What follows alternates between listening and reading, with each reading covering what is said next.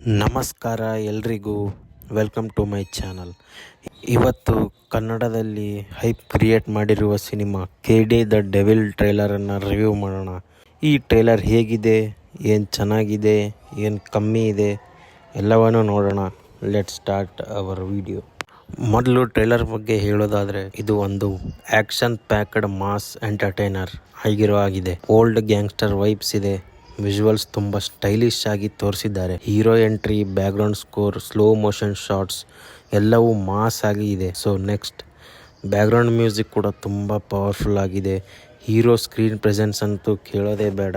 ನಮ್ಮ ಧ್ರುವ ಸರ್ಜಾ ಅವರಿಗೆ full stylish ಆಗಿ ಆಕ್ಷನ್ ಮಾಸ್ ಹೀರೋ ಆಗಿ ಇಲ್ಲಿ ನೋಡ್ಬೋದು. So old era gangster vibes ಇದೆ. ಮೂವಿನಲ್ಲಿ ಬಿಗ್ ಕಾಸ್ಟಿಂಗ್ ಕೂಡ ಇದೆ.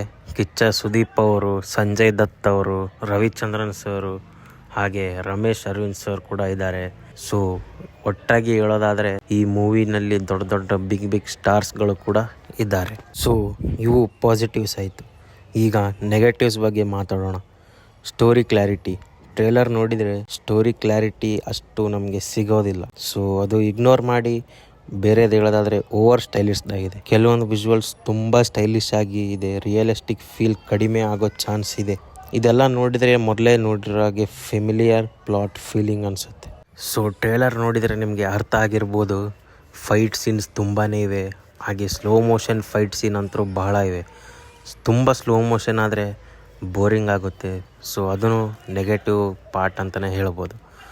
ಸೊ ಇಷ್ಟೆಲ್ಲ ಬಿಟ್ಟರೆ ಉಳ್ಕಿದ್ದೆಲ್ಲ ಚೆನ್ನಾಗೇ ಇದೆ. ಮೂವಿ ಬಂದಮೇಲೆ ಗೊತ್ತಾಗುತ್ತೆ ಏನಿದೆ ಏನಿಲ್ಲ ಅಂತ. ಸೊ ಇದು ನನ್ನ ಫಸ್ಟ್ ವಿಡಿಯೋ ಆಗಿದ್ದರಿಂದ thank you for watching all. And KD ಮೂವಿಗೂ ಒಳ್ಳೆಯದಾಗಲಿ ಅಂತ ಹೇಳ್ತಾ thank you so much. Bye.